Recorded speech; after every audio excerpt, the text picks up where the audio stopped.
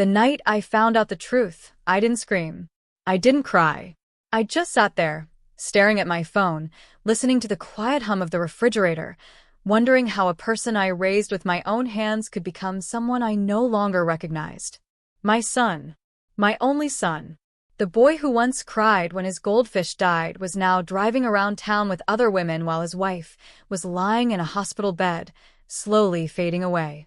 And in that moment, I knew that whatever I did next would change our lives forever. People always say, you never stop being a parent. They're right. Even when your child grows up, gets married, builds a life of his own, you still feel responsible in a way that's hard to explain. You remember their first steps, their first broken heart, the promises you made to protect them. That's why this story hurts so deeply. Because it's not just about betrayal or marriage or mistakes. It's about loyalty, about character, and about the line you cross when you think no one is watching. My daughter-in-law, Emily, was the kind of woman every parent hopes their child will marry. Kind. Quiet. Strong in ways that didn't need attention. When she got sick, really sick, the kind of sick that turns hospital rooms into second homes, she didn't complain. Even when the doctors started using softer voices and longer pauses, she smiled and thanked them. She still asked about my son. She still worried about him. She trusted him completely. And he knew it. At first, I believed him too. He said he was stressed, that he needed fresh air, that sometimes he just drove around to clear his head. I wanted to believe that. I needed to believe that. Because the alternative meant admitting that my son was capable of abandoning his wife during the darkest moment of her life. It meant admitting I had failed somewhere along the way. The signs were there looking back. The late nights. The phone always face down. The way he avoided visiting the hospital unless someone reminded him. The way Emily's eyes searched the hallway every time footsteps passed her door, hoping it was him. She never said anything bad about him. Not once. That might have been the hardest part.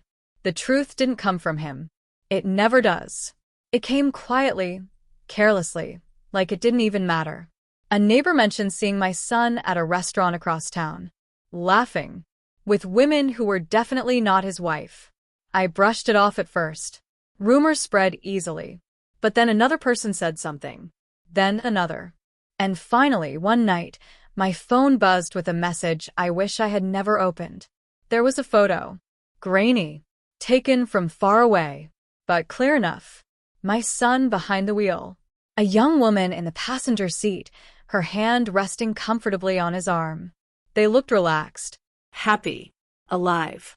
While Emily was counting her breaths in a hospital bed, wondering if she'd see another morning.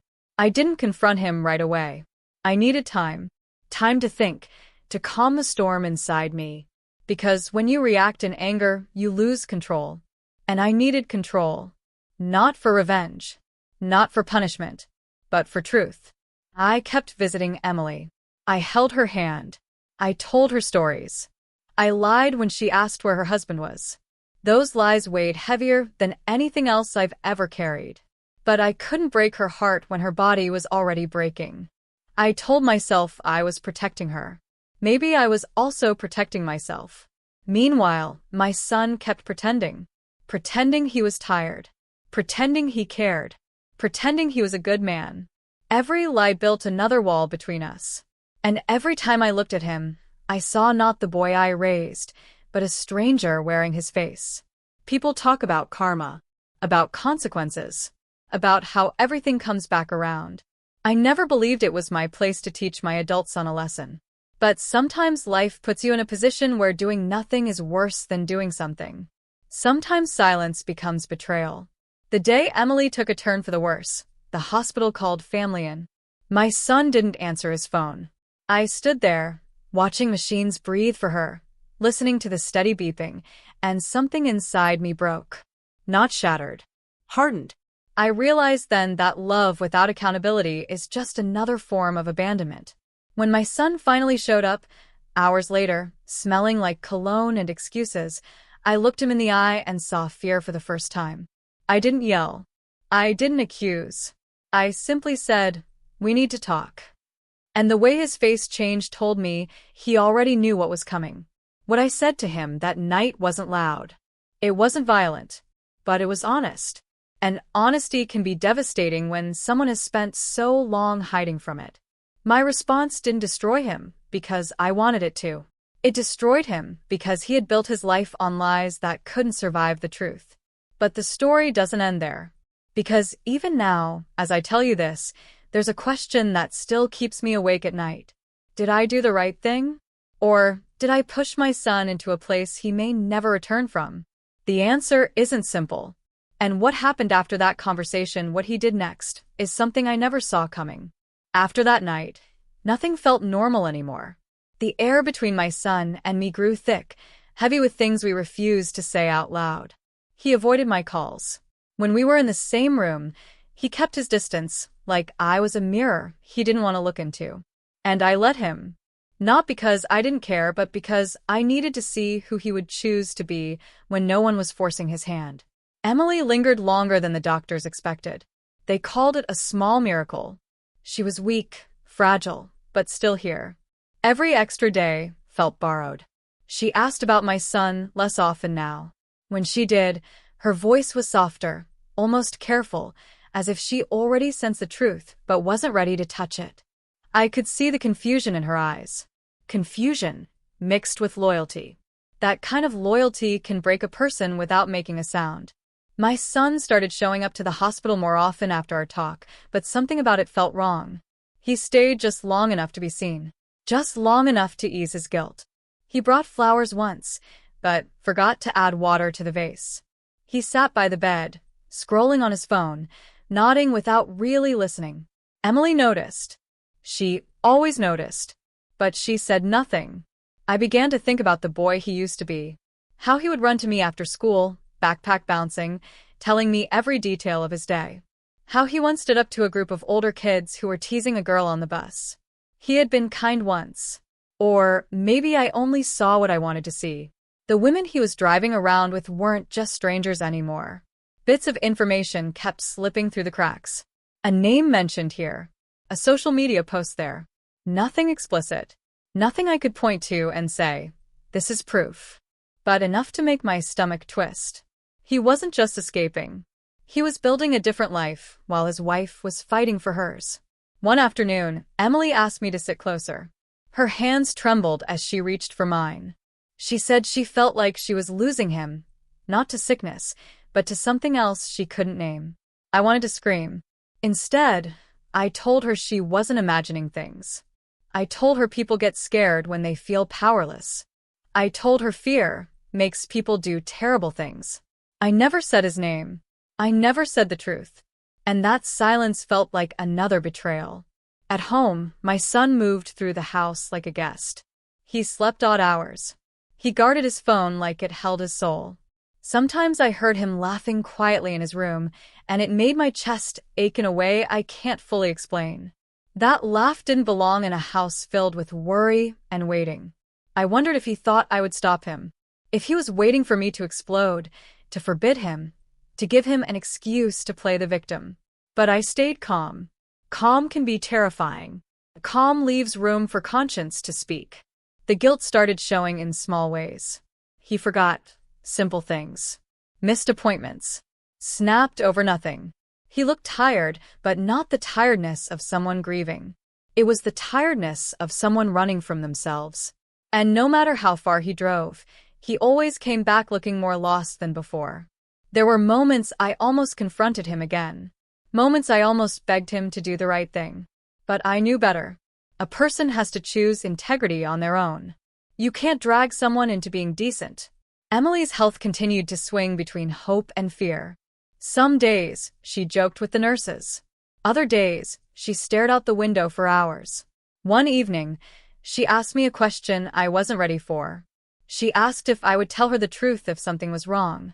I hesitated, just for a second, and she saw it. Her grip on my hand tightened, not in anger, but in understanding. That was when I realized she was stronger than all of us. Meanwhile, whispers grew louder. Family members noticed my son's absence. Friends asked careful questions. I protected him more than he deserved, deflecting, changing subjects, carrying the weight of his choices on my back.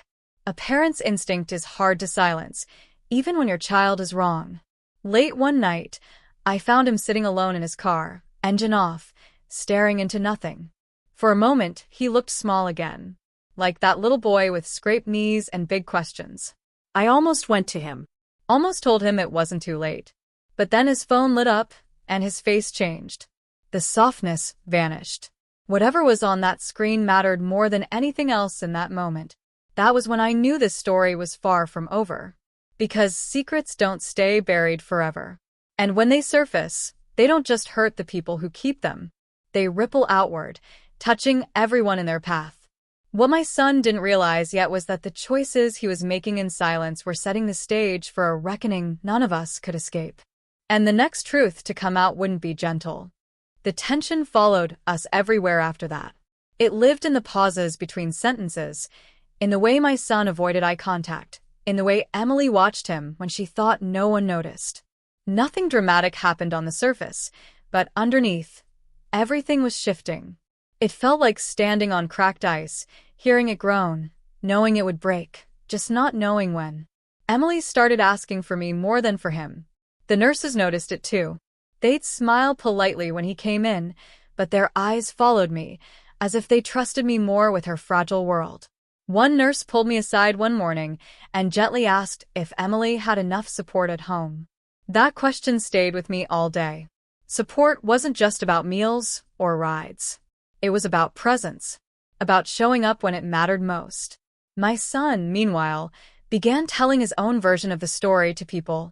I could hear it in the careful way relatives spoke to me, in the awkward sympathy that didn't quite fit. He was overwhelmed. He was trying his best.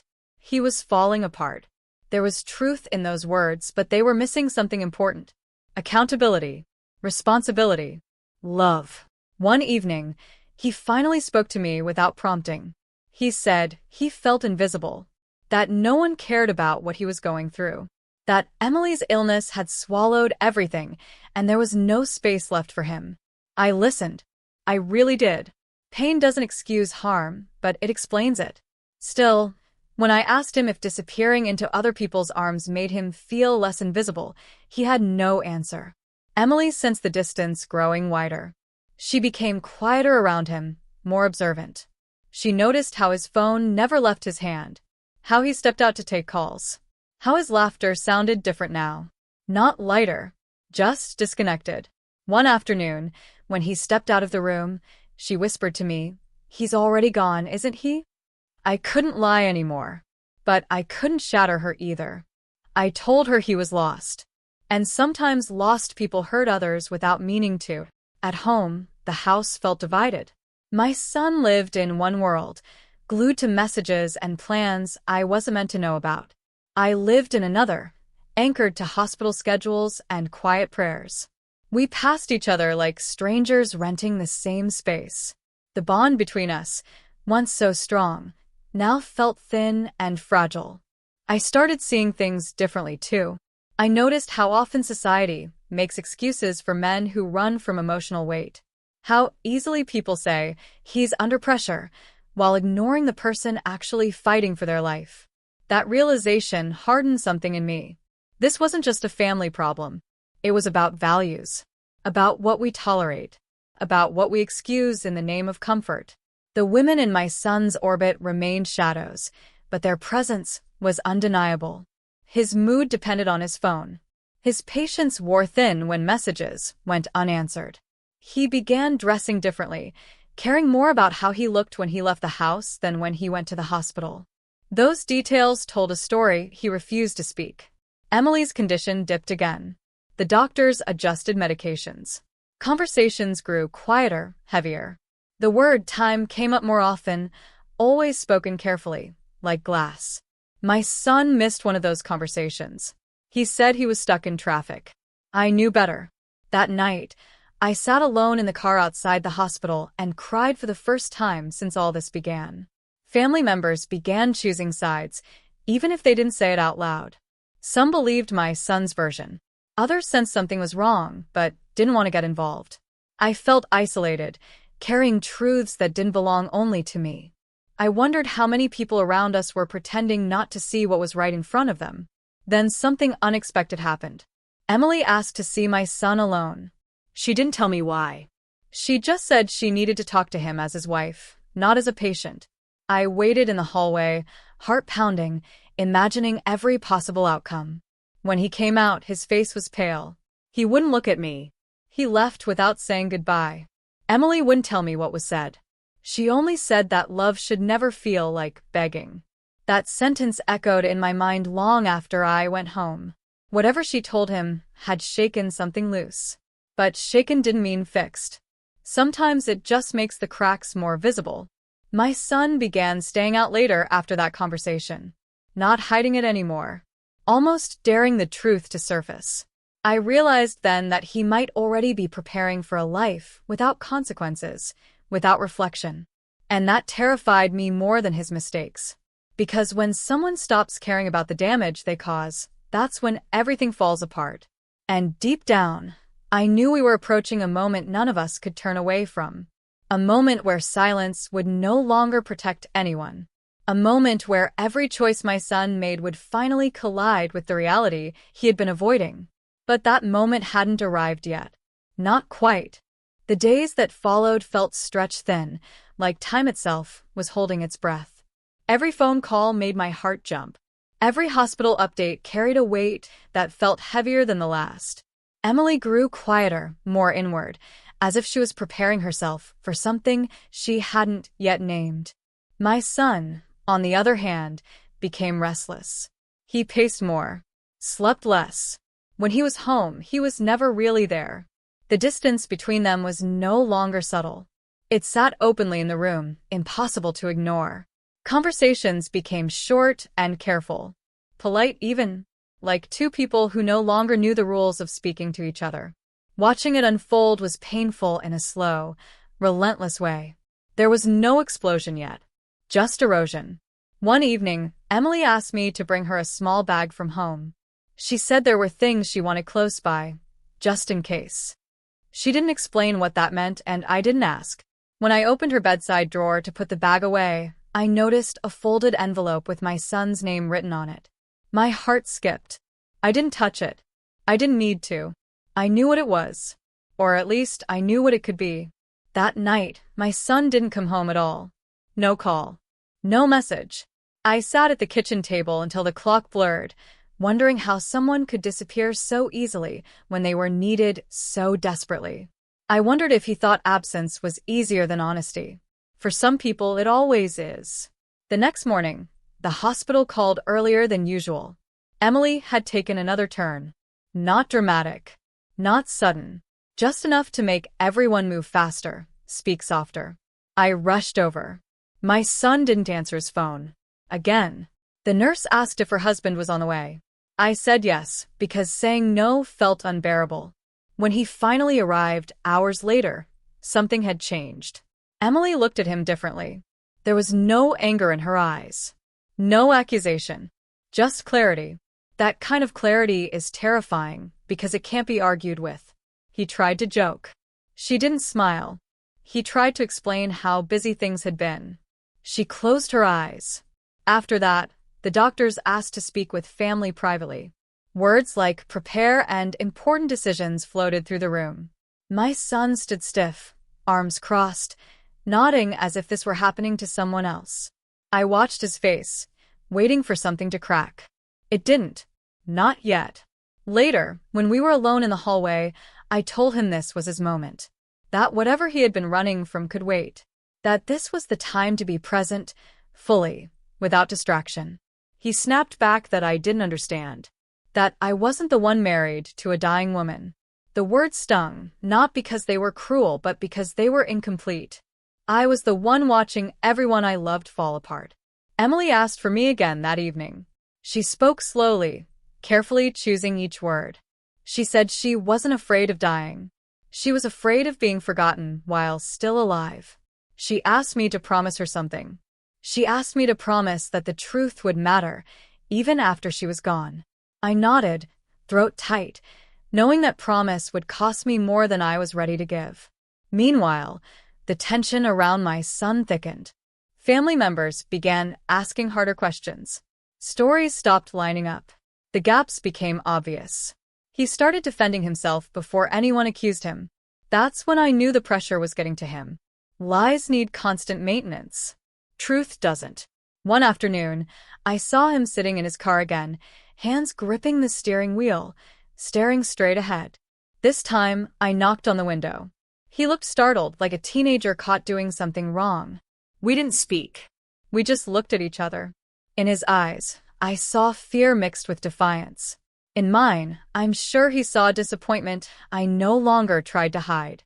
Emily's envelope stayed in my thoughts. I wondered if he knew about it. I wondered if he was avoiding the hospital because he sensed what was waiting for him there. Words have power, especially when they're written by someone with nothing left to lose. The night before everything changed, Emily asked for one last family visit. Not a goodbye. Just time. My son hesitated before agreeing. That hesitation told me more than any confession ever could. When we arrived, the room was quiet, dimly lit. Machines hummed softly. Emily looked smaller than ever, but her eyes were steady. She reached for my son's hand. He stiffened, then let her. She didn't say much. She didn't need to. The silence between them was heavy, with things unsaid. When we left, he was shaking.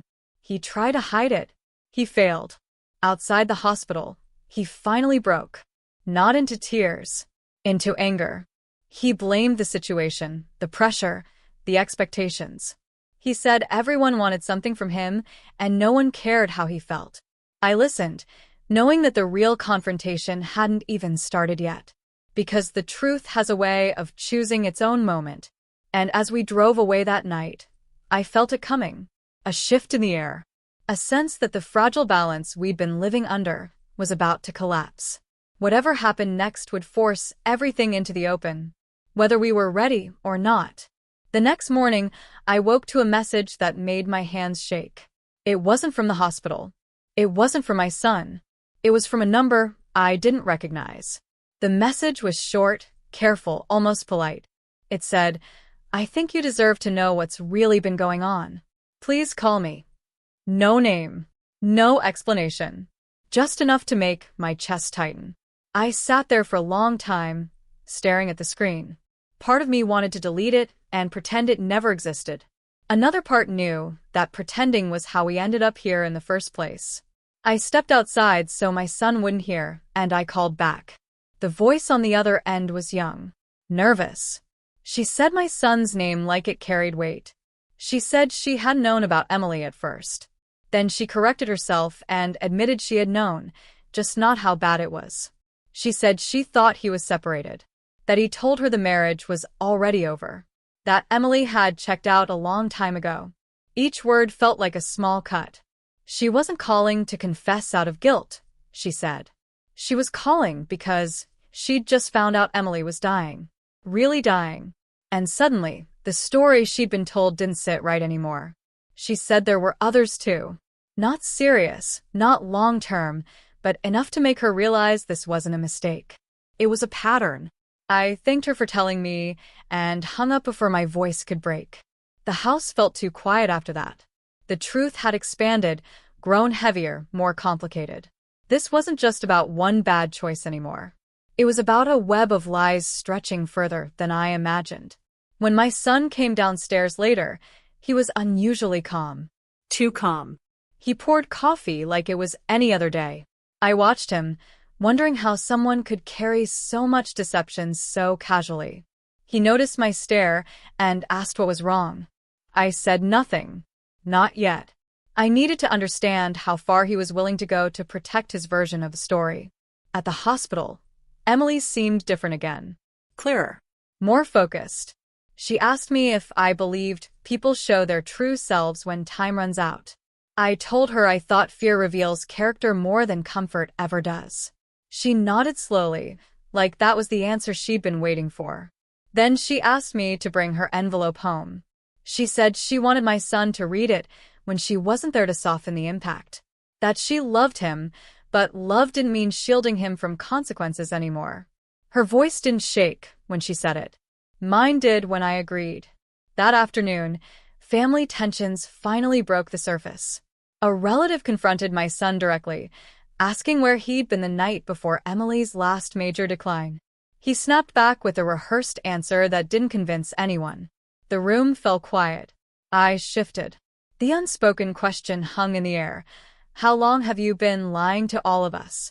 He stormed out, slamming the door so hard the walls seemed to vibrate. A few minutes later, his phone buzzed on the table. I shouldn't have looked. I know that. But it kept buzzing. Message after message. Names I didn't recognize. I didn't read the content. I didn't need to. The frequency said enough. The hospital called again that evening. Emily wanted to see him. Urgently. I drove to find him, heart racing, afraid of what I might walk into. I found him parked on the side of the road, arguing with someone on the phone. His face was twisted with frustration, not fear. When he saw me, he hung up. I told him Emily was asking for him, that this wasn't optional, that this was the moment that would define everything after. He didn't answer right away. He stared at the dashboard, jaw clenched, like he was weighing something invisible. Then he said something that chilled me. He said he didn't know if he could face her anymore. That was when I realized the stakes had changed. This wasn't just about betrayal or infidelity or a failing marriage. This was about whether my son would take responsibility at the very end, or run until there was nothing left to run from. Whether he would choose courage over comfort, truth over escape. We drove to the hospital in silence. The envelope sat heavy in my bag, like it knew what was coming. Inside that building, time moved differently. Every step felt deliberate. Final. As we walked down the hallway toward Emily's room, I felt it again. That shift. That sense that something irreversible was about to happen. Words would be spoken that couldn't be taken back. Choices would be exposed.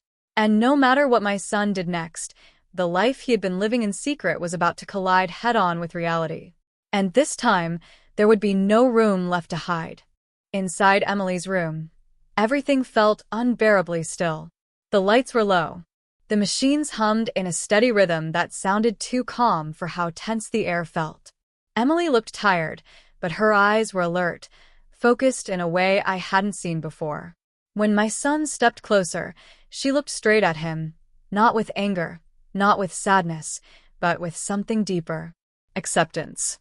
He stood there awkwardly at first, hands shoved into his pockets like a child who knew he was in trouble but didn't know how to fix it.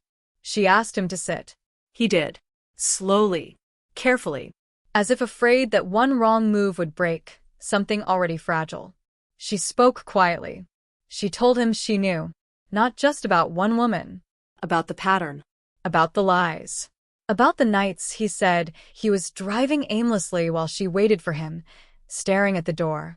His face drained of color. He opened his mouth to explain, to defend himself, but she raised her hand and stopped him. She said she didn't want excuses. She didn't want apologies shaped by guilt or fear. She said she wanted honesty, finally, even if it hurt. And for the first time since this nightmare began, my son cracked. His shoulders shook. His voice broke. He admitted everything. The fear, the resentment, the selfishness. The way he ran from the reality of watching his wife die because it made him feel powerless and small. It wasn't forgiveness she gave him then. It was clarity. She told him that love doesn't disappear just because someone fails. But respect does. Trust does. And those things don't always come back, even when someone is dying. She said she loved the man she thought he was, not the one he became, when things got hard. Then she asked me to hand him the envelope. My hands trembled as I passed it to him. He stared at it like it might explode. He didn't open it right away. She told him to read it out loud. His voice was barely a whisper as he began. Inside were words she had written slowly, over many nights. Words about their early years, about hope, about disappointment, about how she felt invisible long before she got sick, about how betrayal hurts more when it comes quietly, disguised as stress and excuses. By the time he finished reading, he was crying openly. No defenses left. No story left to tell himself. The truth had finally cornered him. Emily asked for a moment alone with me after that. My son stepped out, face hollow, like something essential had been stripped away. When we were alone, she squeezed my hand and thanked me for staying, for seeing her, for not protecting lies just because they belonged to family. She told me she wasn't angry anymore. She was tired and ready. She passed away later that night. The hospital room filled with a silence that felt final and heavy. My son stood frozen at the foot of the bed, staring at her like he was still waiting for one more chance to fix everything. But some moments don't offer second chances. They only leave lessons behind. In the days that followed, the fallout came fast. Family members learned the full truth. The stories my son had told unraveled one by one. People looked at him differently now. Not with cruelty, but with disappointment. That kind of judgment is harder to escape. I thought that was the end of it. The reckoning. The consequence. The destruction of the life he'd been pretending to live. I was wrong. A week after the funeral, my son came to me with a document in his hands, eyes red, voice steady in a way that scared me. Emily had changed her, well, shortly before she died. Not out of revenge. Out of intention. She left everything she owned to a charity that supported patients who were abandoned during long-term illness. My son was mentioned only once, in a single line. It said she hoped one day he would become the man he pretended to be. That was the moment that truly destroyed him. Not public shame. Not confrontation. Not even loss. It was the quiet, undeniable truth that the woman he failed still chose dignity over bitterness, purpose over punishment. And he would have to live with that for the rest of his life. As for me, I learned something I never wanted to learn. Sometimes being a parent doesn't mean protecting your child from consequences. Sometimes it means standing back and letting the truth do what it must. And even now, when I think about my son driving alone at night, no laughter in the passenger seat, no lies left to tell, I wonder if that lesson will ever fully sink in. Because some responses don't just destroy a moment. They echo forever. After the will was read and the last arrangements were made, life didn't snap back into place the way people like to imagine it does. There was no clean line between before and after. Just a slow, uneven settling. The house felt emptier, but also quieter, like the truth had finally taken up all the space lies once occupied. My son stayed with me for a while after that. Not because he needed a place to live, but because he didn't know where else to go. The women who once filled his phone disappeared quickly. Some stopped responding. Others sent brief messages of sympathy before fading out. Whatever fantasy he had been living collapsed under the weight of reality. There was no excitement left in it, no escape. We didn't talk much at first. Grief doesn't always need words. Sometimes it just sits between people, heavy and uncomfortable. But slowly, conversations returned. Awkward ones. Honest ones. He admitted things he'd never said out loud before. How afraid he had been of watching Emily decline. How small and useless he felt standing beside her hospital bed. How he chose distraction over courage because it felt easier in the moment. I listened, not as a judge, but not as a shield either. I told him plainly that fear explains behavior, but it doesn't excuse it. That love requires showing up, especially when it's hardest. That running from pain only spreads it to others. He didn't argue. That told me he was finally hearing it. The charity Emily chose reached out to thank the family. They shared stories of people her gift would help. Spouses left alone during illness. Patients who felt forgotten. Emily's name would live on in quiet, meaningful ways. When my son read those letters, he cried again. Not loudly, just quietly, with his head bowed. For the first time, his tears weren't about himself alone. People in our circle adjusted too. Some relationships faded. Others grew stronger. A few family members apologized to me for not speaking up sooner. I told them blame doesn't heal anything. Silence is easy. Accountability is not. We all learned something the hard way. My son eventually moved out. Not to start over somewhere exciting, but to stand on his own again. He took a simpler job. Drove an older car. Lived smaller. It wasn't punishment. It was humility. Every now and then, he'd visit Emily's resting place alone. He never told me what he said there. That was between him and the woman he failed but never stopped loving in his own broken way. As for me, I carried Emily with me in unexpected moments. In quiet mornings, in hospital corridors I still visited as a volunteer. In conversations with people who felt unseen. Her story changed me. It reminded me that kindness doesn't need applause and strength doesn't always look loud. I thought often about my response, the moment I stopped protecting my son from the truth. I wondered if I could have handled things differently. Softer. Earlier. But the longer time passed, the clearer it became. Truth delivered with calm is not cruelty. It's respect.